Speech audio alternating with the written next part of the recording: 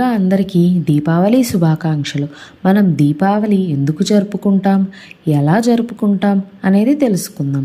దీపావళి అంటే దీపాల వరస అని అర్థం. ఇది భారతదేశంలో అత్యంత అందమైన మరియు ముఖ్యమైన పండుగలలో ఒకటి. దీపావళి పండుగను చీకటి మీద వెలుగు విజయం సాధించిన రోజు, దుర్మార్గంపై సత్యం గెలిచిన రోజుగా మనం జరుపుకుంటాం. శ్రీకృష్ణుడు మరియు నరకాసురుని కథ. దక్షిణ భారతదేశంలో దీపావళిని శ్రీకృష్ణుడు నరకాసురుని సంహరించిన రోజుగా కూడా జరుపుకుంటారు.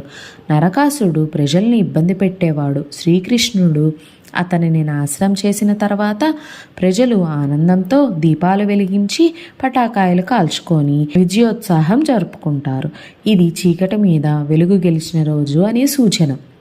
మరొకటి, ఎన్నో ఏళ్ల క్రితం శ్రీరాముడు తన భార్య సీతాదేవితో తమ్ముడు లక్ష్మణుడితో కలిసి 14 సంవత్సరాల వనవాసం తర్వాత అయోధ్య రాజ్యానికి తిరిగి వస్తాడు. ఆయన రాక్షసరాజు రావణుణ్ణి సంహరించి సీతాదేవిని తిరిగి తీసుకువస్తాడు.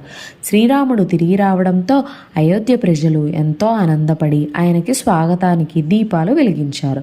ఆ రాత్రి మొత్తం నగరం వెలుగులతో మెరిసిపోయింది. అదే రాత్రి నుంచి దీపావళి పండగ మొదలైంది. ఇది సత్యం మరియు ధర్మం మీద విజయం సాధించిన రోజుగా గుర్తించబడుతుంది. దీపావళి రోజున ప్రజలు శ్రీ మహాలక్ష్మీని దేవిని పూజిస్తారు. ఆమె సంపద, శ్రేయస్సు మరియు ఆనందానికి దేవత. ఆమె స్వచ్ఛమైన వెలుగులతో నిండిన ఇళ్లకు వచ్చి ఆశీర్వదిస్తుందని నమ్మకం. అందుకే మనం ఆ రోజు ఇళ్లను శుభ్రంగా ఉంచి రంగవల్లులు దిద్దుకుంటాం, దీపాలు వెలిగిస్తాం, లక్ష్మీదేవిని స్వాగతిస్తాం.